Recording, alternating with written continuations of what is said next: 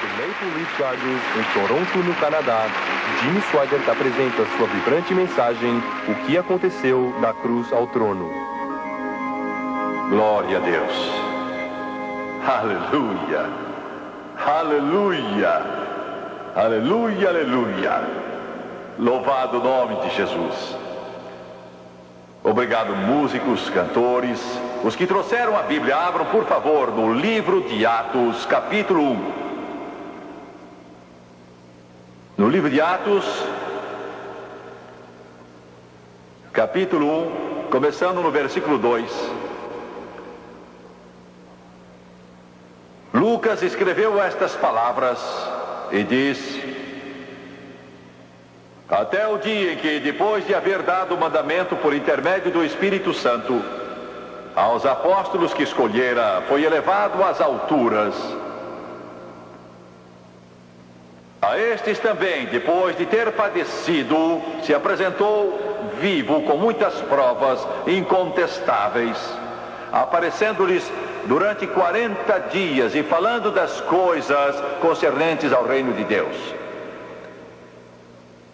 E comendo com eles, determinou-lhes que não se ausentassem de Jerusalém, mas esperassem a promessa do Pai, a qual disse ele: de mim ouvistes, porque João batizou com água, mas vós sereis batizados com o Espírito Santo não muito depois destes dias. Eu quero falar sobre um tema muito palpitante: o que aconteceu da cruz até o trono. Da hora em que Jesus morreu até a hora, 40 dias depois, em que, depois da ressurreição, ele ascendeu do Monte das Oliveiras e voltou à glória. O que aconteceu nestes 40 dias e 40 noites? O que aconteceu da cruz até o trono? Esta é a mais emocionante história para a raça humana que lábios humanos já contaram, ou que o coração humano jamais sentiu. O que aconteceu da cruz até o trono? Construímos uma igreja e uma escola bíblica há algum tempo na pequena cidade de Waterloo, bem perto da grande metrópole de Bruxelas, capital da Bélgica. Bruxelas e Waterloo estão interligadas como se fossem uma cidade.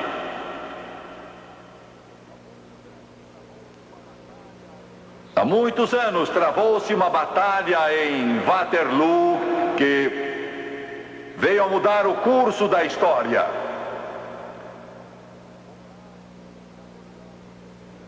Foi lá que Napoleão enfrentou Wellington,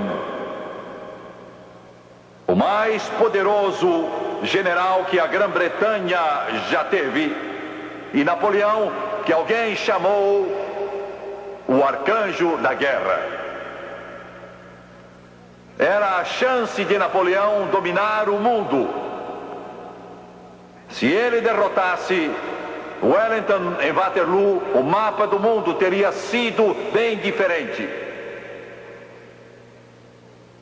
O futuro da humanidade teria sido diferente. E ele chegou perto de conseguir.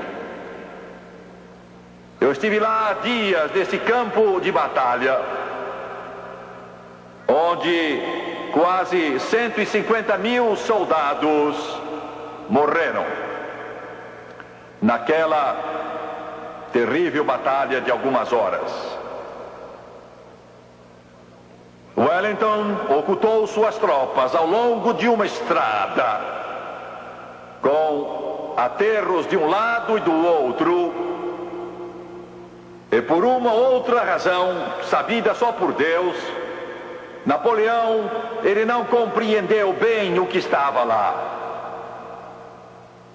Quando lançou o ataque, as forças mais poderosas da face da terra, a excelente guarda napoleônica que dominou toda a Europa, ela encontrou um muro e foi rechaçada. Napoleão não cedeu nada. Por uma razão desconhecida, ele continuou dando a ordem de avançar, de ir em frente, ir em frente, ir em frente.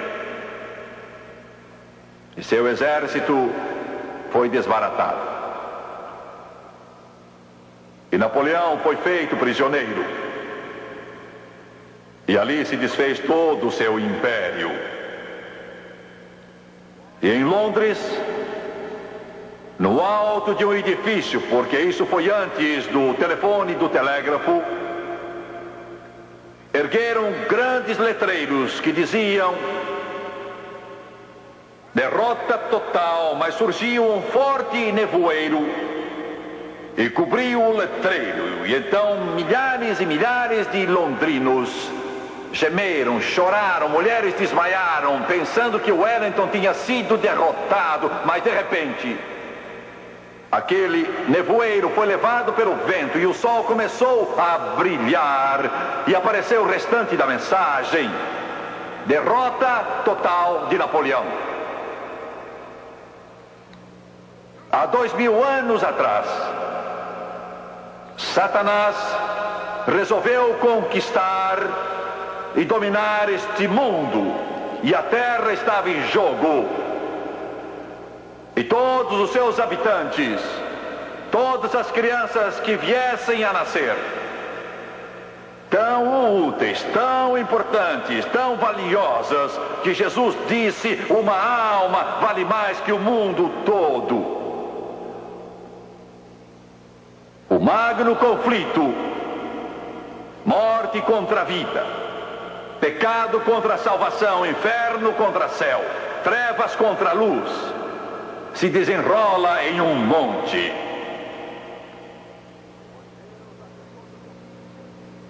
Pois Deus, na pessoa do seu Filho Jesus Cristo, ofereceria a sua vida, o Filho de Deus encarnado, Deus manifesto em carne, Emanuel, Deus conosco, pois Jesus é Deus.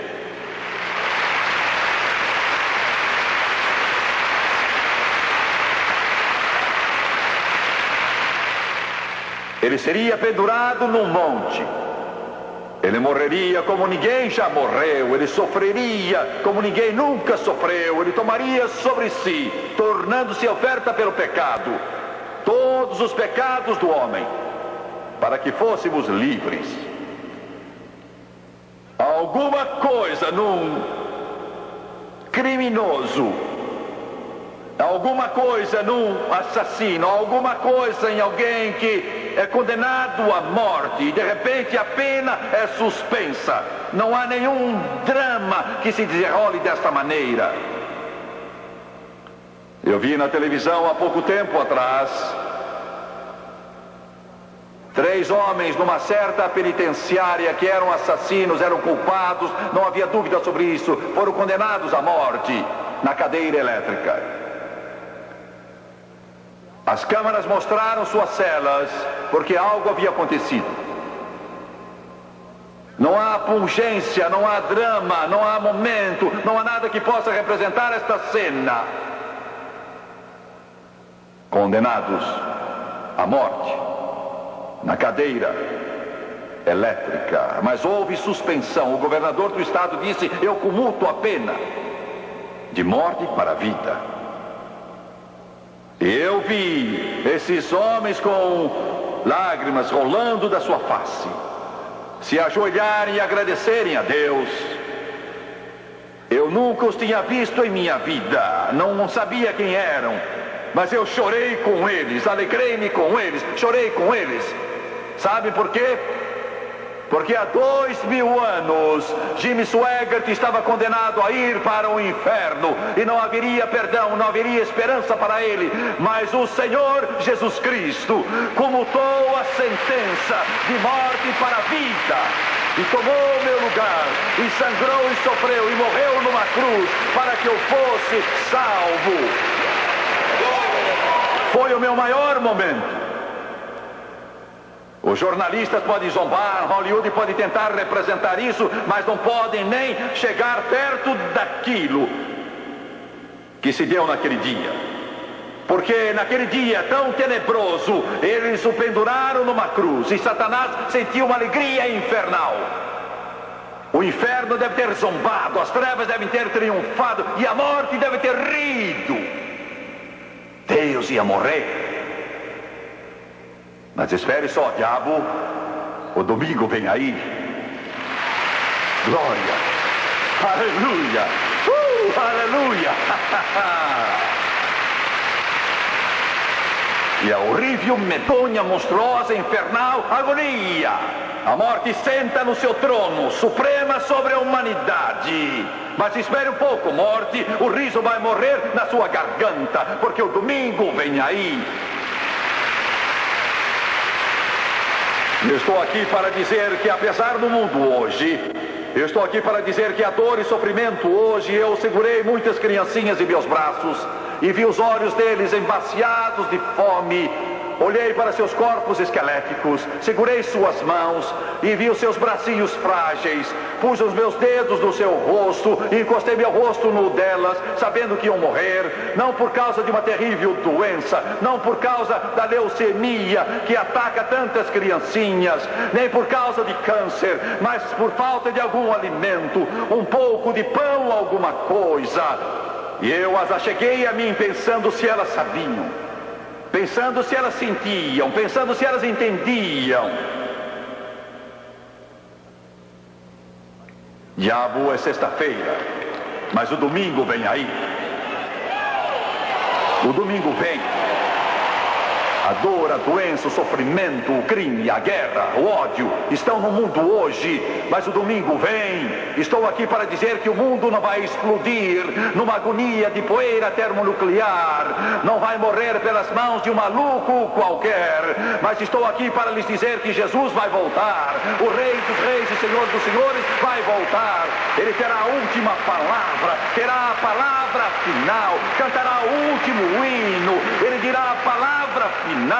Jesus Cristo, o Senhor da glória, o Rei do céu já triunfou e ele vai voltar outra vez. Satanás vai atacar, mas acabará sendo derrotado.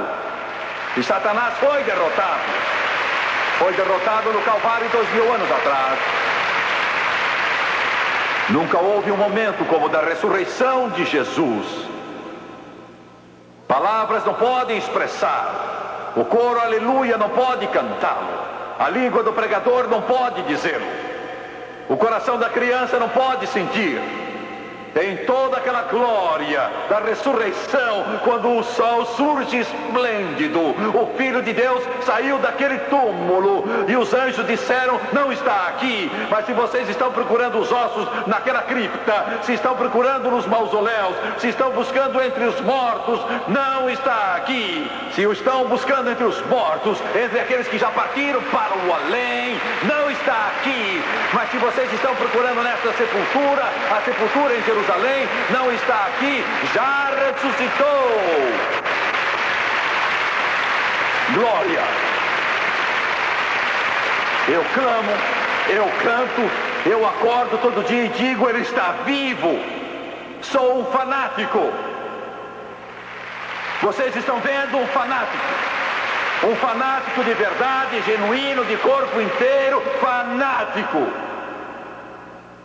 Glória a Deus, ele enche meu ser, ele domina toda a minha vida. Não está morto, está vivo, não está no túmulo, ele está sentado à mão direita do Pai, sua missão cumprida, intercedendo a favor dos santos. Satanás está derrotado, a morte já foi vencida, a sepultura foi conquistada e Jesus Cristo vive.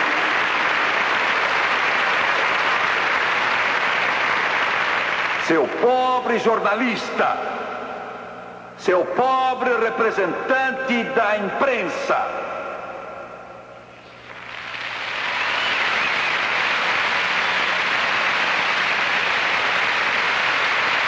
você escreve a respeito de um grande jogo qualquer de futebol, e você diz: mas que página brilhante! Você escreve sobre um acontecimento notável e pensa, veja só que coisa maravilhosa. E escreve a respeito de um desses filmes de Hollywood e pensa que escreveu uma grande coisa. Porque você não escreve sobre o maior fato que jamais aconteceu, que Jesus vive, Ele vive, Jesus Cristo vive hoje. Louvado seja Deus, está vivo, está vivo, está vivo, está vivo.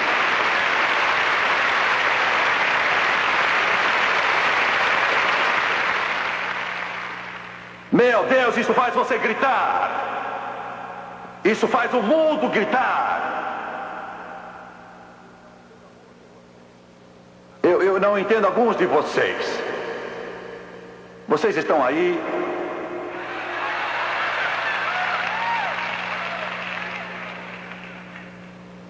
Eu tenho pena de vocês.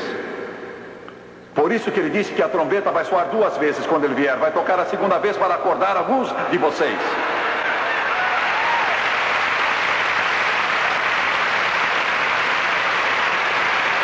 Aleluia! Que pensamento! Jesus trouxe salvação perfeita, vitória sem vitória. Ainda que Satanás ataque, a graça de Deus nunca falha. Vitória sem vitória. Pois bem, esta é a introdução da minha mensagem.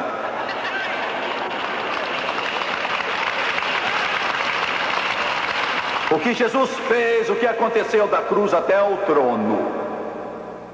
O que aconteceu da cruz até o trono. 40 dias e 40 noites, ele andou na terra. Foi visto. A primeira coisa que nos deu foi salvação. Naquele dia memorável, registrado em São João, capítulo 1, quando João Batista estava batizando no Rio Jordão, esta foi outra cena vinda lá da eternidade.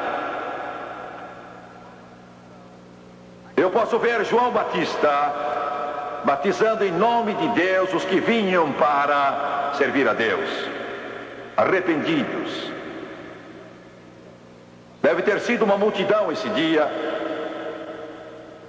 E de repente, uma coisa elétrica corre e enche o ar. Pode-se sentir. O Batista deve ter parado um pouco de batizar. E de repente ele vê Jesus. Que momento deve ter sido? Ele tinha estado nesse deserto desde que era criança, orando e esperando por esse momento. Foi eletrizante, foi estupendo, foi cativante, foi cintilante, foi tão grandioso que nem se consegue descrever.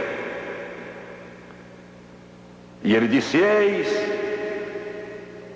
E quando ele disse, eis, todo mundo virou e olhou.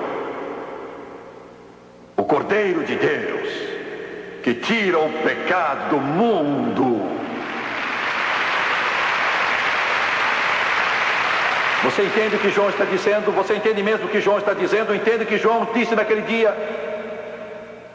Eu sendo gentio, você sendo gentio, nós não entendemos como deveríamos entender. Mas João era judeu e sendo judeu, ele sabia o que estava falando. Quando disse, eis o Cordeiro de Deus que tira o pecado do mundo. Quero que você note 2 coisas. Primeira, ele usou a palavra pecado, não disse pecados no plural, e sim pecado singular. Tira o pecado. O homossexual não tem de ficar preso. O alcoólatra não tem de ficar preso. Aleluia! Glória a Deus! O drogado não tem que ficar preso. O pecador agora é livre. Jesus tira o pecado do mundo. Porque por 1600 anos, desde a lei de Moisés, tinham sacrificado milhares e milhares e milhares de cordeirinhos. Dizem que provavelmente o povo judeu sacrificou 2 bilhões de cordeiros durante todos estes anos. Pense nisso. não 2 milhões, mas 2 bilhões, guardavam um cordeiro para o dia da expiação 2 semanas. Então o examinavam bem, para ver que não fosse doente, que tivesse saúde perfeita, sem mancha nem ruga, quando era morto. Eles cortavam no torso e abriam a carne para ver se não havia defeito nenhum na carne. Porque ele era o tipo do cordeiro vindouro, tinha que ser perfeito. E eles então ofereciam dia após dia, dia após dia após dia. Mas Paulo testificou na carta aos Hebreus, do capítulo 10, versículo 4, que o sangue de touros e bodes não podia tirar o pecado. Tudo que fazia era cobrir, só cobria o pecado. Os pecados do povo eram só cobertos e afastados, mas continuavam lá, cobertos, só afastados. Os pecados estavam lá, cada vez mais e mais numerosos. Um monte que parecia atingir a eternidade, sempre mais alto. Os meus e os seus pecados, os pecados de todos que já viveram. Todos esses touros, bodes e cabras e pombras eram centenas de bilhões que não podiam tirar o pecado, só podiam afastá-lo. Quando João disse: eis o Cordeiro de Deus que tira o pecado do mundo, ele sabia o que estava dizendo. Aleluia! Ele dizia: este agora, o Cordeiro de Deus, não só vai cobrir o seu pecado, ele não vai somente afastá-lo, ele não vai só pôr uma cobertura nele, mas ele vai tirar o pecado, de modo que não haja mais pecado. Livre, livre, livre, livre, livre, afinal. Você entende isso? Você entende isso? Quando Jesus ressuscitou, a primeira pessoa que o viu, você sabe quem é que foi? Foi uma mulher. Aleluia. O que está dizendo Swaggart? Digo que Jesus Cristo libertou a mulher. Digo que Jesus Cristo libertou a mulher. Digo que a mulher hoje goza liberdade. Glória. O primeiro não foi Pedro, Tiago, não foi João, não foi Tomé, não foi André. Foi a Madalena, Maria. Aleluia! Glória! Senhoras, como se sentem? Senhoras, não foi uma honra? Ele saiu fora do túmulo, poderia ter tido um séquito da hóstia angelical para servi-lo, poderia ter os apóstolos em fila, mas teve ali a mulher de quem tinha expulso 7 demônios para saudá-lo primeiro.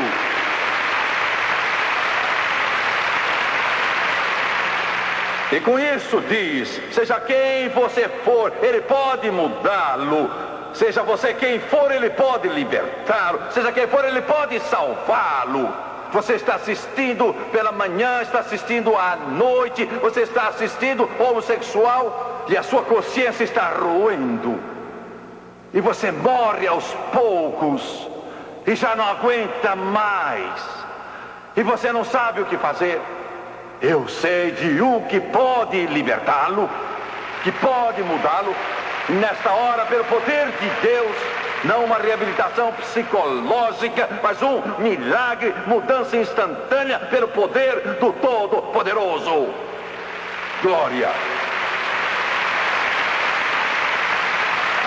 Um senhor me escreveu há dias e disse: Jimmy Swaggart, aqui está o meu último dinheiro que costumo gastar com bebida. Estou mandando a você, para você pregar na televisão, e com a ajuda de Deus eu nunca mais vou beber nada. Eu já esbanjei 10 fortunas, estou arruinado, mas pedi que Jesus me viesse salvar. Você treme, sofre de delirium tremens, mas Ele pode libertá-lo agora, agora mesmo, miraculosamente agora.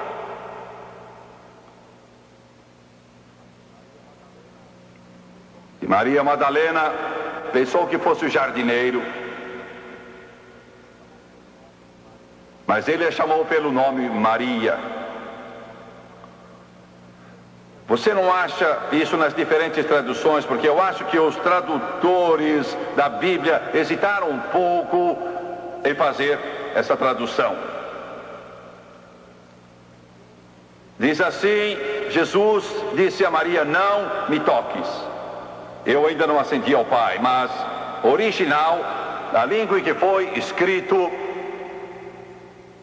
é um pouco diferente. O que aconteceu foi que Maria agarrou suas pernas e não o quis largar.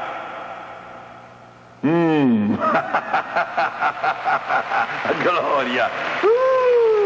Eu não a culpo. E então o original diz que ela segurou Jesus Cristo. Ela segurou com força. Meu Senhor estava no túmulo, mas agora vive. Ele está aqui, eu não vou soltá-lo. Aleluia, aleluia, glória a Deus. Aleluia, aleluia, aleluia, aleluia. E disse Maria: deixe que eu vá, porque tenho que ir para a glória e lá oferecer meu sangue no propiciatório. Tenho que ascender a meu Pai, seu Pai, e vou penetrar no Santo dos Santos, e vou levar o meu sangue que derramei no Calvário, e vou oferecê-lo no propiciatório. Você precisa me largar, Maria.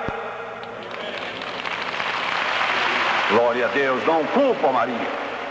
Este Jesus a quem sirvo não é uma palavra vazia, não é um nome para um hino, não é molde para uma estátua. Ele vive, Ele me libertou, mudou meu coração, mudou minha vida. Sim, sou fanático por Ele, sim, sou um pouco maluco por Ele. Não culpo Maria Madalena.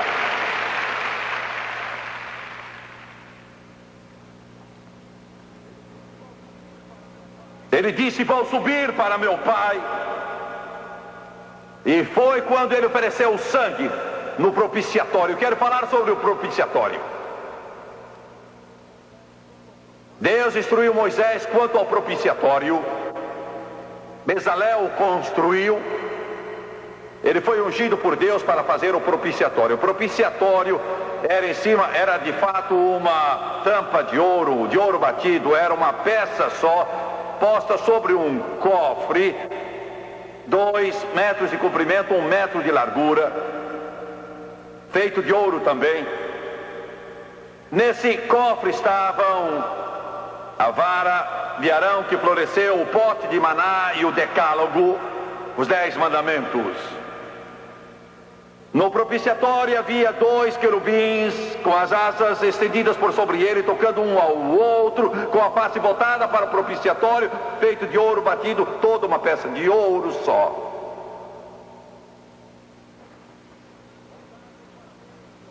Voltados para a lei violada, voltados para os mandamentos quebrados pelo homem, que diziam: não furtarás, não matarás, não cometerás adultério, etc, etc. O homem era culpado. E os querubins olhavam para a lei através do propiciatório, que representa graça. Aleluia, como diz o hino: gastei anos na vaidade e orgulho, desprezando o Senhor crucificado, não sabendo que por mim morrera no Calvário. E o coro que diz: a graça foi grande para mim, o perdão me foi revelado e a minha alma achou a liberdade no Calvário. Aleluia. E uma vez por ano o sacerdote entrava, oferecia o sangue daquele cordeiro no propiciatório, para afastar os pecados do povo. E Jesus então ia oferecer o seu sangue perfeito, puro, limpo, incontaminado, no propiciatório do céu, no lugar santo. Estávamos em uma reunião em Washington com muitos oficiais do governo. Uma TV estava lá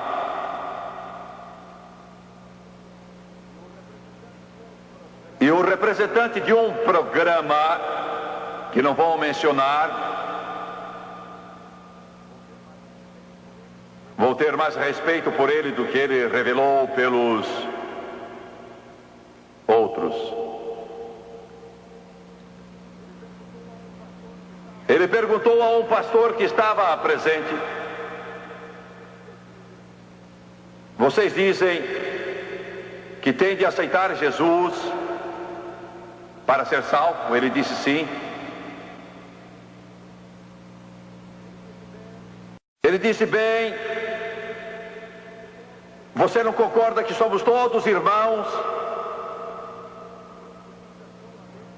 Os budistas foram a Deus, os mormons adoram a Deus, os hindus adoram a Deus, os judeus adoram a Deus, vocês cristãos adoram a Deus, todos somos irmãos, todos somos filhos de Deus.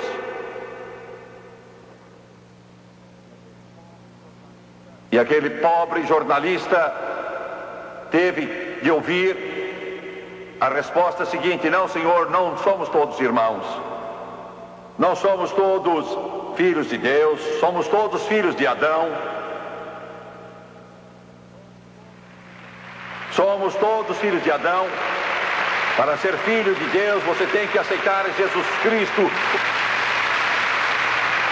É isso que intriga o mundo, é com isso que o mundo se irrita, é por isso que o mundo range os dentes. Eu vou para o céu, mas vou do meu modo. Vou ter minha religião, vou ter minha salvação. Jesus talvez fosse um bom homem, talvez, não sei, não creio que ele tenha sido filho de Deus. Eles dizem: não posso aceitar sua religião, pastor, amigo, não é minha. Ela vem desse livro.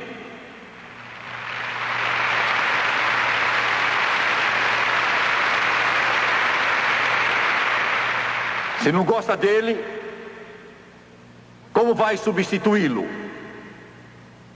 Com o quê?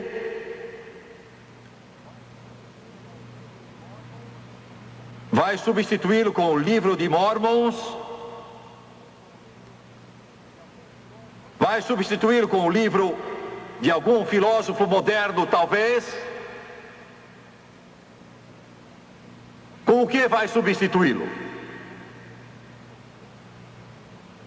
Não há nada como este livro. É a palavra de Deus. Louvado seja Deus. Quando o mundo se desfizer e as trevas se espalharem, este livro continuará. Porque é a palavra do Todo-Poderoso. E você não irá para o céu se não aceitar Jesus Cristo como seu Salvador pessoal. Não pode chegar a Deus se não aceitar Jesus Cristo como seu Salvador pessoal. Por quê? Porque Ele é Deus, porque Ele veio do céu, não foi outro, mas Jesus Cristo veio do céu e morreu lá na cruz do Calvário e pagou o preço dos seus pecados. E você vai ter de responder a Ele.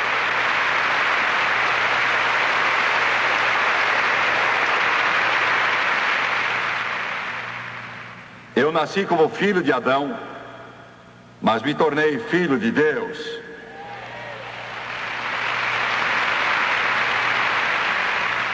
Em segundo lugar, não só Ele nos deu salvação, mas nos deu vitória. Vitória, vitória. Eu quero dizer uma coisa aqui antes de continuar. Não tenho paciência, e Deus não tem paciência com crentes cara comprida. Azedos, zangados, de cabeça baixa. Alguém me perguntou há dias: você é membro da família da fé? Eu disse: sei que não sou membro da família da dúvida.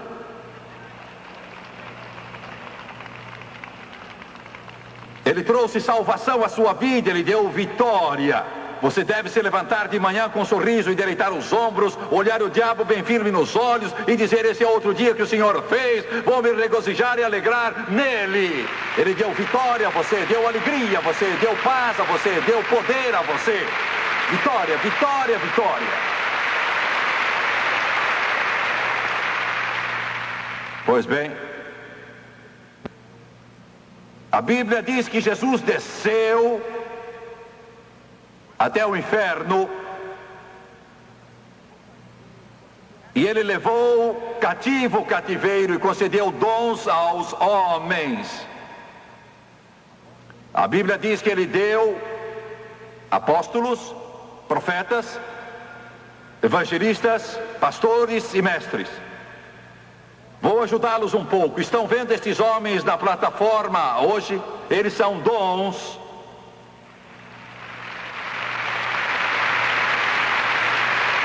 São dons de Deus para vocês. Eles são dons. Eles são tão importantes que é bem difícil descrevê-los. Ele deu dons aos homens, apóstolos, profetas, evangelistas, pastores e mestres. Os jornalistas dizem: por que é que você diz as coisas que diz? Quem lhe deu o direito de dizê-las? Oh, gosto quando perguntam. Sou um evangelista. Eu sou um desses dons. Sou um evangelista. Meu trabalho é fazê-los contorcer-se. Minha ocupação é fazer vocês se mexerem na cadeira. Minha ocupação é tirar o seu sono. Minha ocupação é fazer vocês virarem de lado para o outro. Minha ocupação é pôr o temor de Deus no seu coração. É por isso que Deus me chamou. Sou um evangelista. Aleluia! Glória! Ame seu pastor.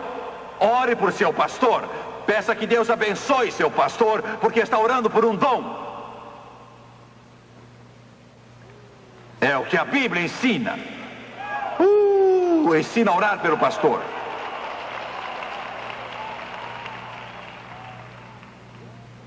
Agora, o homem caiu. Senhor evolucionista, mas não caiu de uma árvore.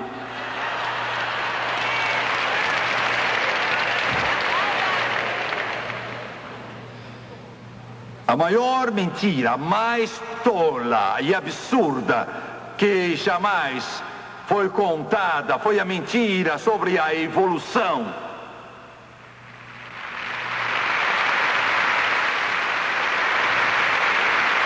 Que há 10 bilhões de anos você surgiu de um tipo de vida primitiva.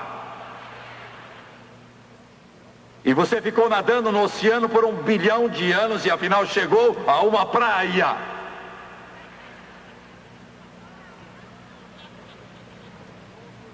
E então surgiram pintas em outro 1 bilhão de anos na sua cabeça e elas foram se desenvolvendo até se tornarem orelhas. É isso que essa gente ensina. Que as universidades ensinam. Não todas, mas muitas. Fale mesmo! Eu falo.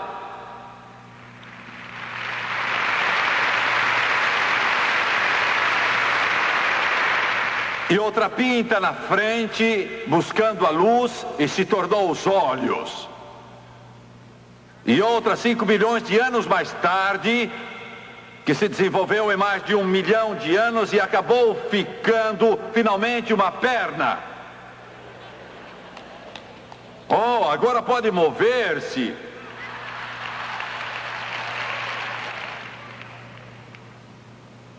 E vejam o que mais. Desenvolveu uma cauda para pendurar na árvore. Coisa mais linda. Estão vendo? Não é mais fácil crer que no princípio Deus criou os céus e a terra? Não é mais fácil crer? Não é muito mais fácil só crer na Bíblia? No princípio Deus, diretores de escolas e professores, vocês querem tirar Deus das escolas? Deus ainda vive. Querem tirar Deus dos compêndios, mas Ele ainda vive.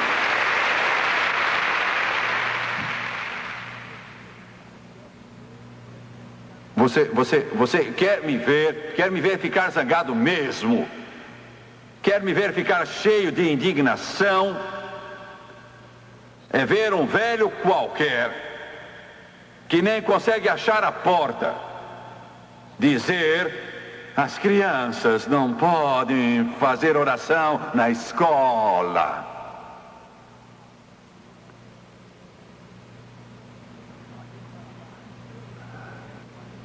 Aqui no Canadá eu não sei o que acontece, mas nos Estados Unidos demitiram um técnico porque curvou a cabeça e orou com o seu time antes que fosse jogar.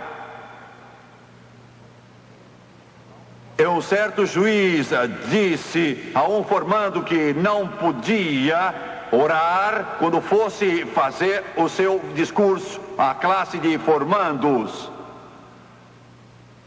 Mas eu teria orado.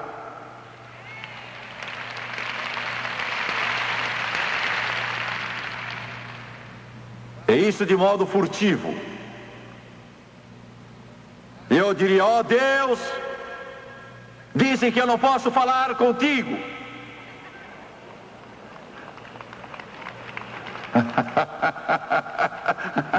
Então, eu acho que não posso, mas se pudesse, então é isso que eu diria.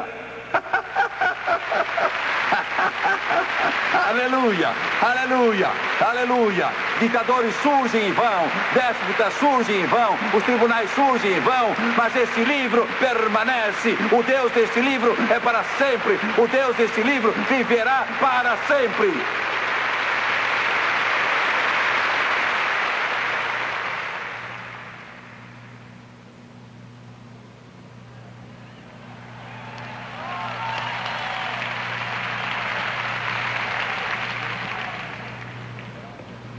Alguns dos jornalistas dizem: será que aquilo é água?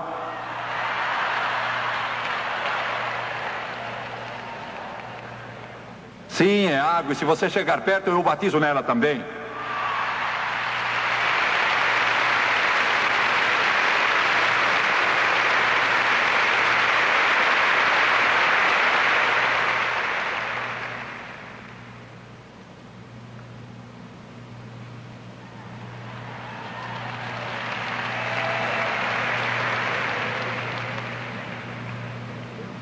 Eu gosto deles. Eu gosto desses jornalistas de fato. São gente boa, gosto deles.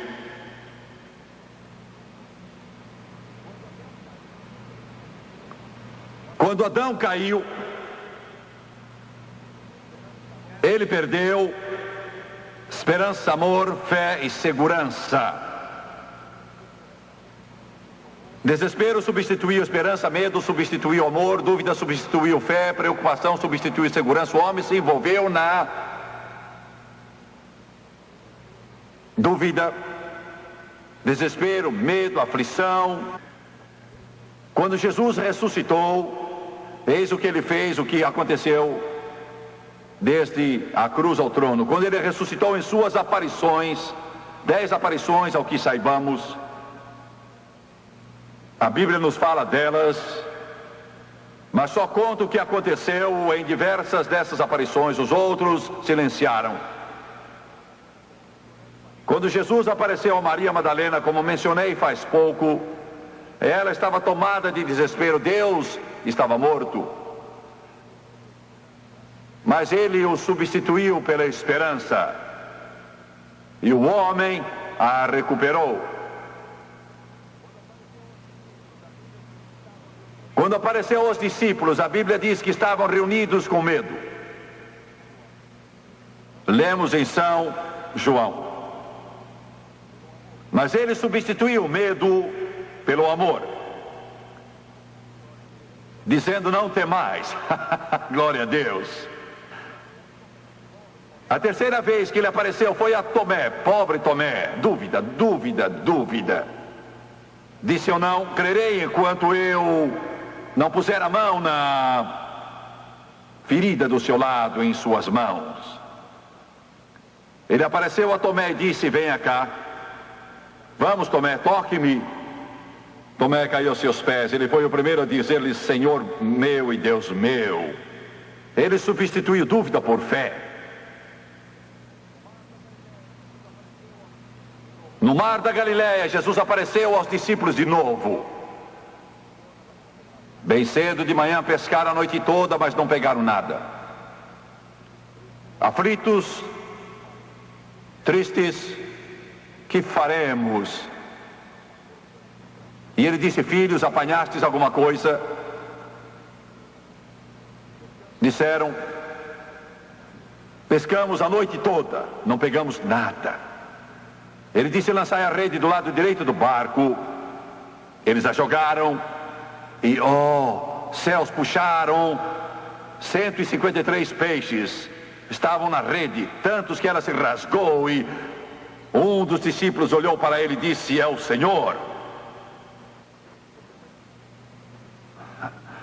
Você conhece Pedro? Sabe como ele é? Ele pulou na água. A glória! Pulou na água. Não o culpo, eu teria seguido se estivesse lá. Substituir a aflição por segurança. A última coisa, não só nos deu salvação, nos deu vitória, mas nos deu o Espírito Santo. Ele disse: eu enviarei outro Consolador, outro ajudador, o Espírito Santo.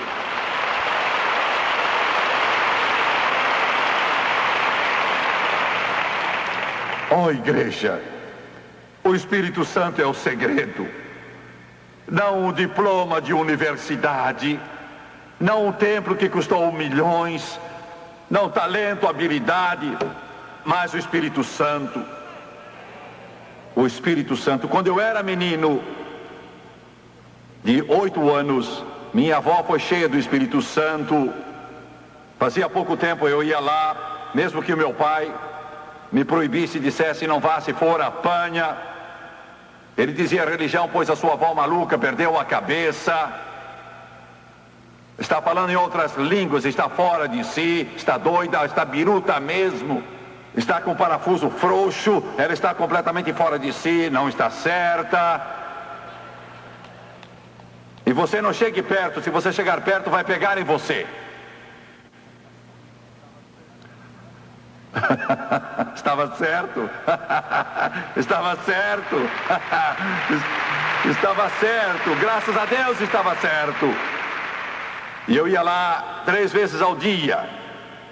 Foi durante o verão, eu estava de férias, e eu me sentava, não consigo agora, mas cruzava as pernas, à moda dos índios.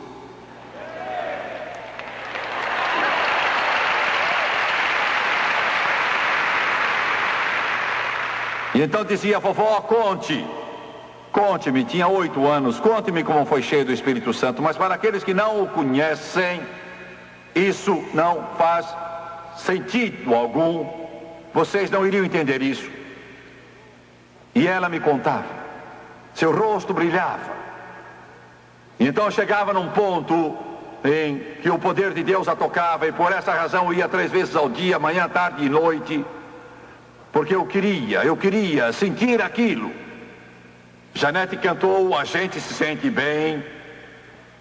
Não vivo de emoções, vivo pela fé. Mas eu era garoto de 8 anos e eu sentava lá. Ela chegava ao ponto que me contava a mesma história 3 vezes ao dia.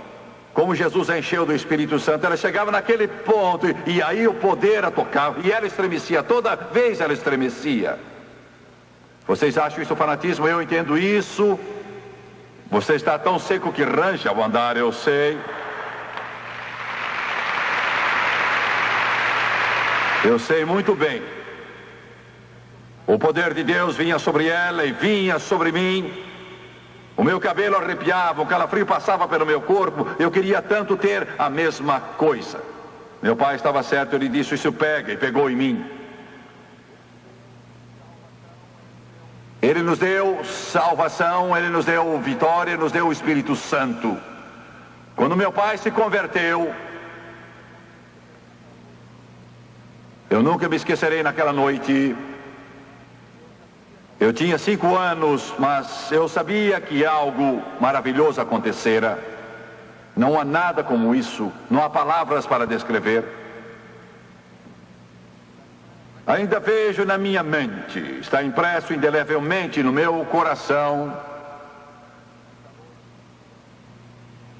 Nessa noite, eu tinha 5 anos. Meu pai, 24. Algumas semanas antes, ele nunca tinha visto uma Bíblia, nunca tinha entrado numa igreja. Encurtando a história, que prazer eu senti naquele dia em que me converti. E agora eu sinto seu amor, segurança e paz, fervor. Sou feliz, tão feliz, pois em Jesus me satisfiz. A primeira pessoa a falar com meu pai foi Jorge. Ele também tinha sentido profunda convicção, mas ele não quis fazer a decisão, ele lutou. Estava chorando, com lágrimas rolando. Ele amava meu pai, tinha idade para ser pai dele. Os dois eram sócios. Veio e abraçou meu pai e disse: estou alegre. Chamavam Sani, sempre chamavam Sani. Sani, fico alegre, muito alegre.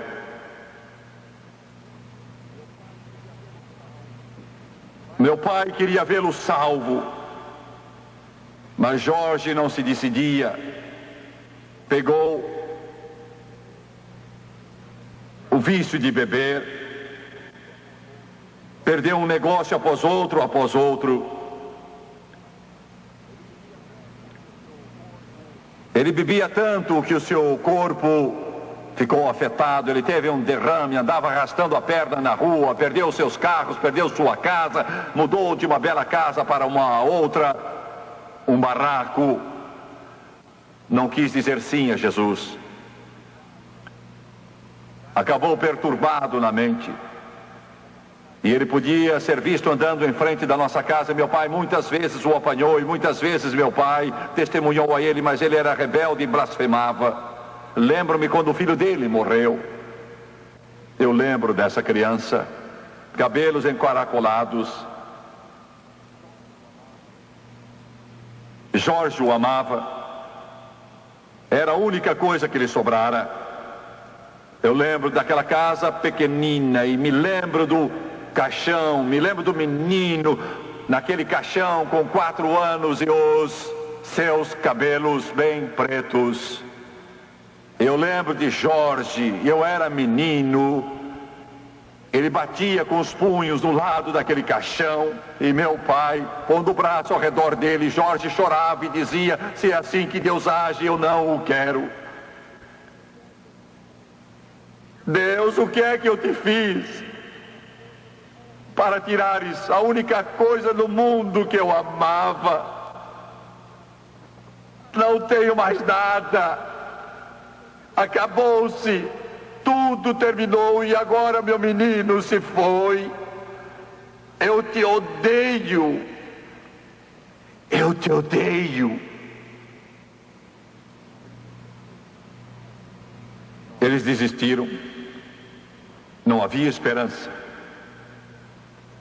Eu pensei que ele morreu perdido. Quando o puseram num túmulo, a esposa praguejou e disse que bom que ele morreu.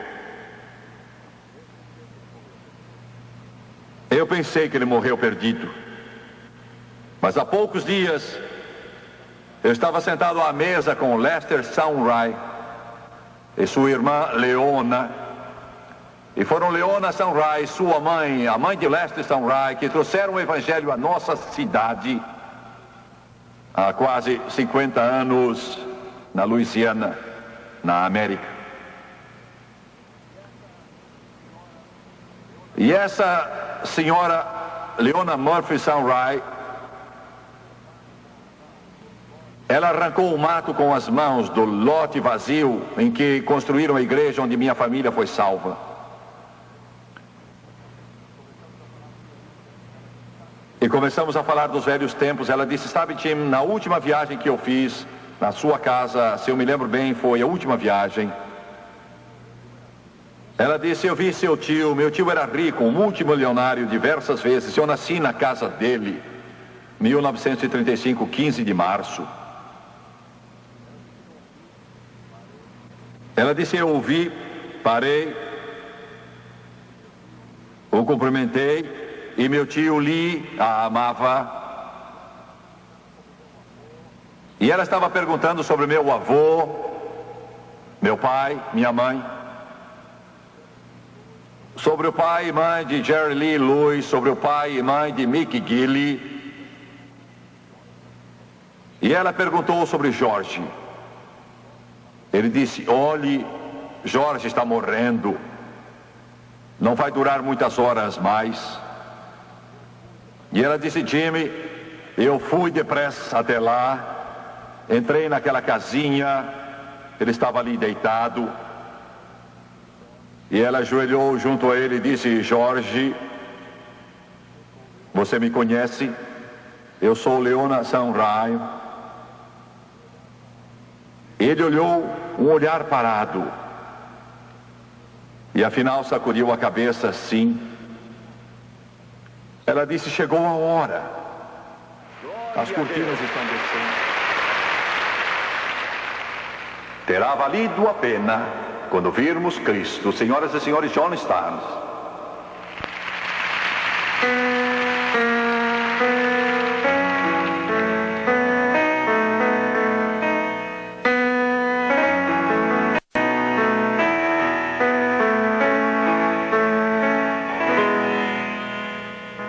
Sometimes the day seems long and our trials are hard to bear. We're tempted to complain, to murmur and despair, but there is one in heaven who knows our every care. Let Jesus solve your problem. Just go to Him in prayer.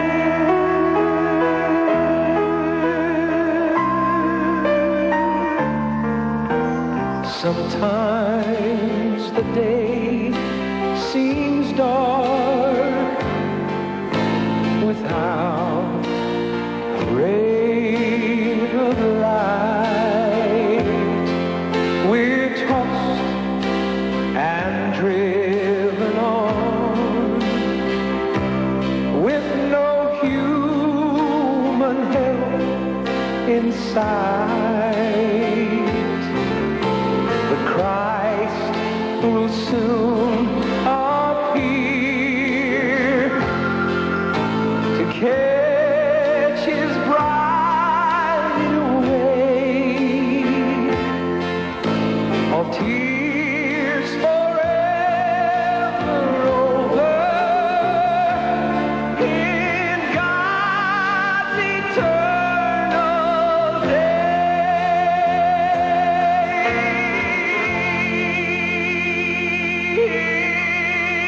It will be worth it all when we see Jesus.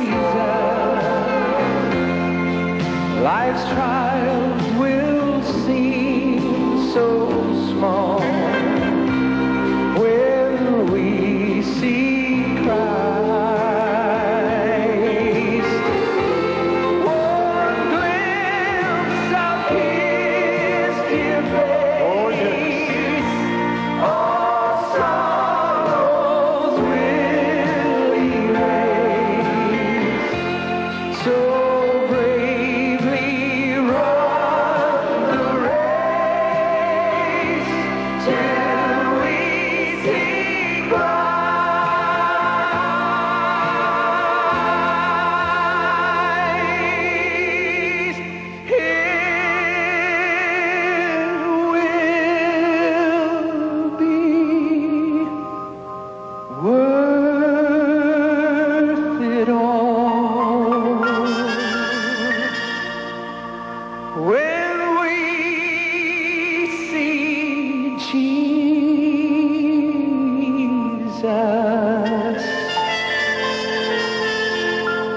Life's trials will seem so small when we see Christ. One glimpse of